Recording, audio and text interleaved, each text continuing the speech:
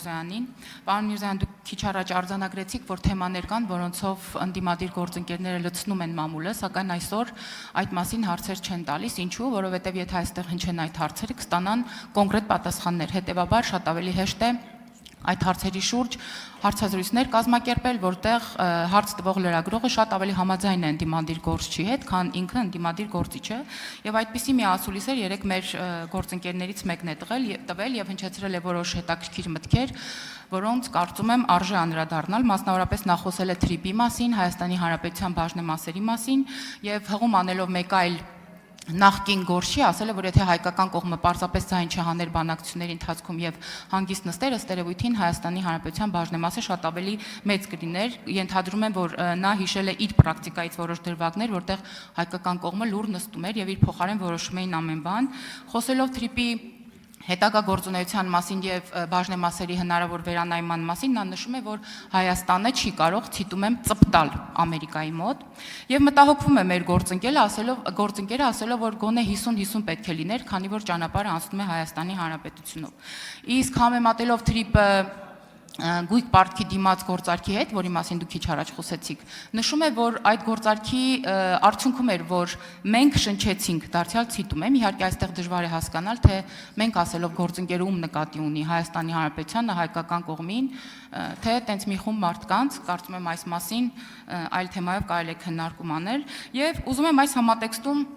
ձեզ հարց տալ, պարոն Միրզոյան, ի վերջո ինչ է թրիպը, ինչ տնտեսական հնարավորություններ է բացում Հայաստանի Հանրապետության համար, նա բացում թե փակում է Հայաստանի տնտեսական հնարավորությունները եւ ինչպես ձևավորվեց այն բաժնետոմսերի ձևաչափերը 2674, որոնց մասին մենք բազմիցս խոսել ենք։ Հարցին կպատասխանի արտաքին գործերի նախարար Արարատ Միրզոյանը։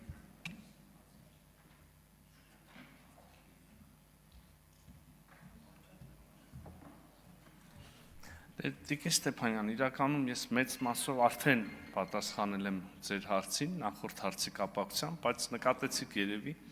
ասելիքս ինչ-որ առումով կիսատ մնաց, կարող եմ շարունակել, ասեցի արդեն, որ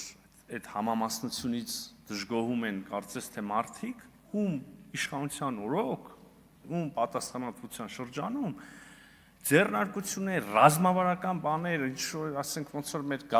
գազի, ասենք, հա, բանը, հայրուս գազը, կամ ոնց որ հեծը, կամ ոնց որ իրանական այդ գազի խողովակը եւ այլն, Հրաստանի ջրքի 5-րդ բլոկը ամբողջությամբ 100%-ով տրվել են այլ պետության։ Եվ շատ տարօրինակ այդ մարդկանցից հիմա լսել քննադատություն, որ Հայաստանը մի համատեղ տնտեսական նախագծում պահում է էլի ռազմավարական նշանակության, պահում է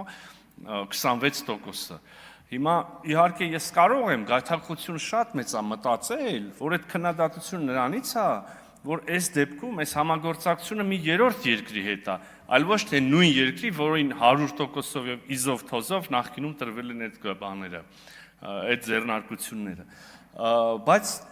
գիտեք, ես մի բանում ձեր հետ համաձայն չեմ, որ ասում եք մամուլը լցրել են թրիփի քննադատությամբ եւ այլն, անկեղծ ասած ես այդքան շատ բան չեմ տեսել։ Ես տեսել եմ փորձեր մանիպուլացնելու, բայց այնքան հստակ է սևով սպիտակի վրա գրած ամեն ինչ, ամեն հնարավոր վերաբերելի եւ չվերաբերելի հատվածում մանրամասն նկարագրվում է, ոչ միայն հրճակվում է, թե ոնց է պահվելու Հայաստանի իրավազորությունը, ինքնիշխանությունը, այլև որտեղ հնարավոր է ավելի մանրամասն ասում է, թե դա ոնց է դրսևորվելու գետնի վրա, որ չկա, նույնիսկ մանիպուլացնելու տեղ շատ չկա։ Ի վերջո, ել եմ ասում, սևով սպիտակի վրա գրված է, հրապարակված է, բոլորը կարող են կարդալ։ Խղճուկ փորձեր են այդ մանիպուլյացիայի փորձերը։ Ինչ վերաբերում է նրան, որ ասում եք, թե ի վերջո ինչ է, ի վերջո դա մեծ միջազգային ուրեմն լոգիստիկ նախագիծ է, շատ էական եւ Հայաստանի համար բարեբեր տնտեսական արդյունքներով։ Վարչապետն է քիչ առաջ ասեց, առաջին հերթին հələ մի հատ քաղաքական շերտից հետ կանգնենք, մեծ տնտեսական նախագիծ է, տնտեսական մեգա նախագիծ։ Եթե ինձ հարցնեք, ես կասեմ թրիփը բարձր ենթակառուցվածքների, կապուղիների նախագիծը ունի մի քանի շերտ։ Առաջինը Հայաստանը կապում է աշխարհին, երրորդ երկրներին։ Այսինքն Ադրբեջանի տարածքով, էդ էլ էր քիչ առաջ, չգիտեմ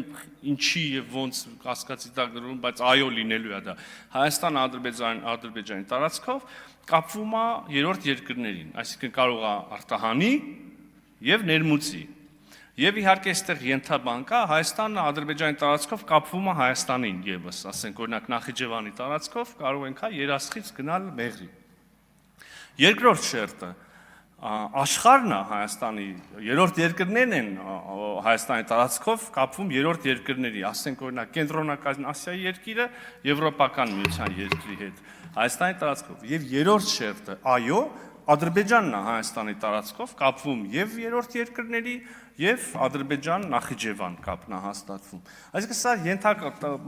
փոխկապակցվածության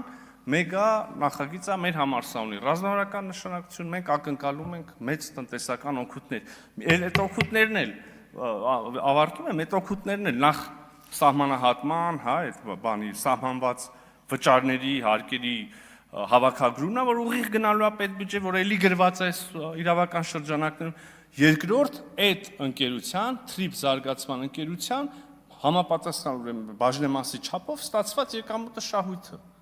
Այսինքն մեկը մյուսին չի բան, եւ նա ենք ստանալու եւ նա։ Արձագանք չունեք։ Շատ լավ։ Արծվիկ Մինասյան։